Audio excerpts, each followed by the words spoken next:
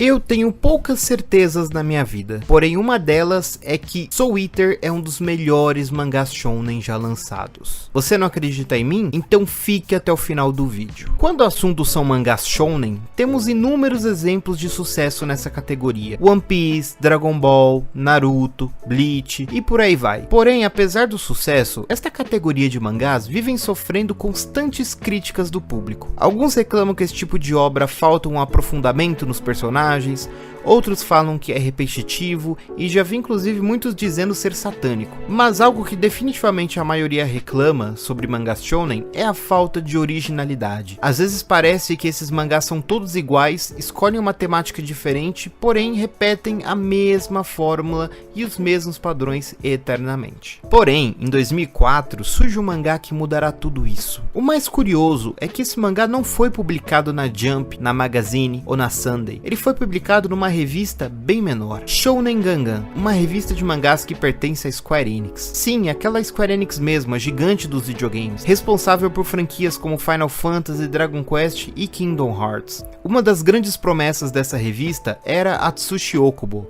até então um mangaka desconhecido e em começo de carreira. Okubo começou sua carreira como um assistente de Rando Ayamine, que inclusive o elogiava constantemente e afirmava que ele tinha um talento único. A primeira obra publicada por Okubo na revista foi um mangá chamado Beichi, que apesar de ter uma arte muito característica e uma temática diferenciada, ele teve recepções mornas e foi finalizado em apenas 4 volumes. Neste momento era totalmente compreensível a revista desistir de Okubo, porém decidiram apoiar o mangá e incentivá-lo a tentar mais uma vez. Foi aí então, meus queridos, que em maio de 2004 surge o aclamado Soul Eater, um mangá muito diferente de Fullmetal Alchemist. Fullmetal Alchemist tinha uma trama mais séria e traços mais realistas. Soul Eater era o oposto disso. Em nenhum momento o mangá buscava a realidade. Aliás, muito pelo contrário, o mangá de Soul Eater é uma eterna busca pelo bizarro e insano. Fazendo um breve resumo, o mundo de Soul Eater existe numa eterna luta de ordem contra a insanidade. A insanidade essa que é um tipo de energia invisível e transmissível que nos influencia, parecido com a força em Star Wars. E acabou que muitos seres desse mundo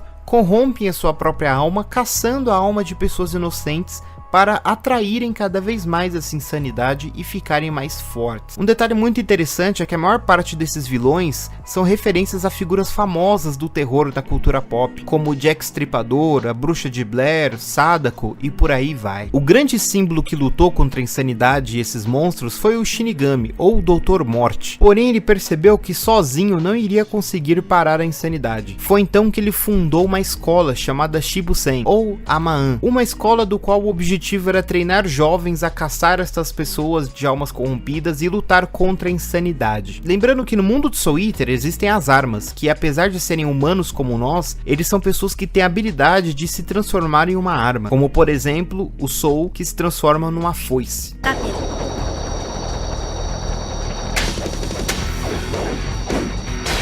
A escola basicamente juntava uma pessoa normal e uma arma, ou seja, uma pessoa que possa se transformar em arma e outra que tem habilidade para usar esta arma. Essas pessoas encarregadas de utilizar as armas são chamados de artesãos, ou artífices. E o principal objetivo destes alunos é se tornarem Death Scythe, que é a classe mais alta onde uma arma pode chegar.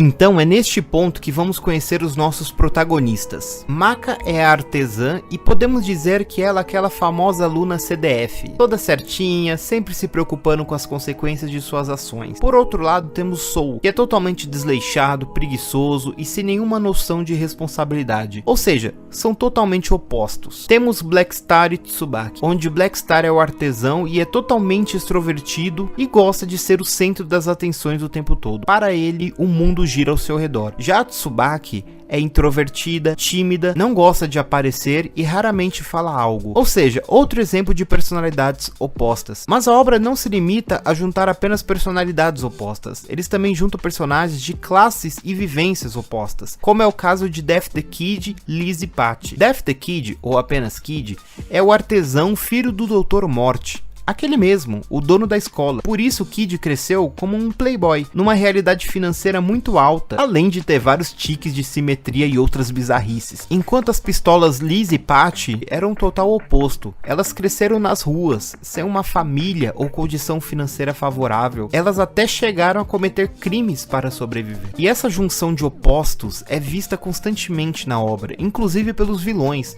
O primeiro grande vilão da obra que surge logo nos primeiros capítulos é Crona, um personagem andrógeno que sofre muito com depressão.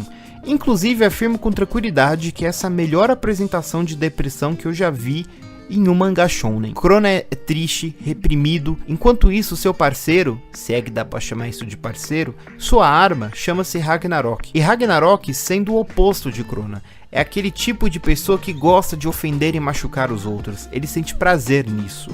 Por isso que é muito comum ver cenas onde o Ragnarok comete bullying contra Crona. Tá, Miru, já entendi, os personagens são diferentes e tudo mais, mas por que ressaltar tanto isso? Qual a importância disso? É aí que eu digo, meu caro telespectador, a diferença é toda. Não vou entrar em detalhes sobre o sistema de poderes do mangá aqui, mas uma boa parte dele é ativado quando um artesão e uma alma ativam a sua ressonância de alma. O que seria isso? É quando a alma do artesão e a alma da arma entram em ressonância, ou seja, não basta apenas lutarem juntos. O artesão e a alma precisam estar em total ressonância espiritual. Ter a arma mais poderosa não te faz o guerreiro mais poderoso, se você não tiver uma ressonância com ela. Um grande exemplo disso é Excalibur, o mascote do canal aqui, que é nos apresentado como a arma mais poderosa de todo mundo, mas basicamente ninguém consegue usá-la. Por quê? Porque o próprio Excalibur é insuportável. Ninguém aguenta conviver com ele. Então por isso mesmo, se alguém usar ele à força, nada vai acontecer, pois não existe uma ressonância aí. Neste momento você me pergunta, mas como os protagonistas vão ter uma ressonância se eles são tão diferentes uns dos outros? Exatamente.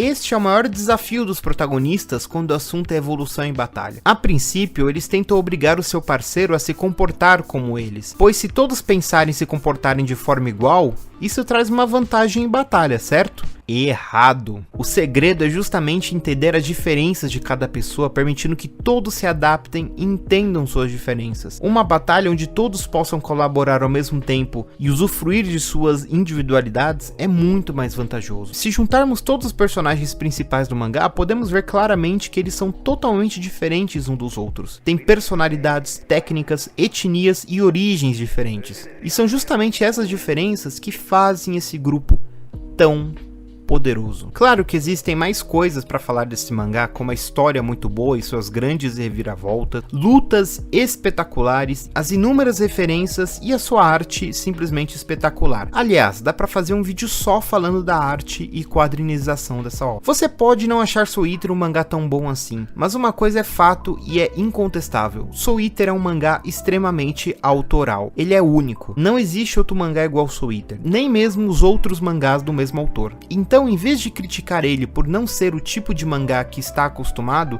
dê uma olhada. Não custa nada conhecer algo diferente.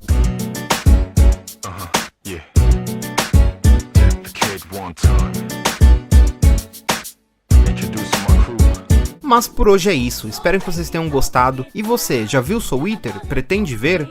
Concorda com a minha opinião? Não esqueçam de comentar aqui embaixo, beleza? Não esqueçam também de deixar o like neste vídeo e se inscrever neste humilde canal. Fui!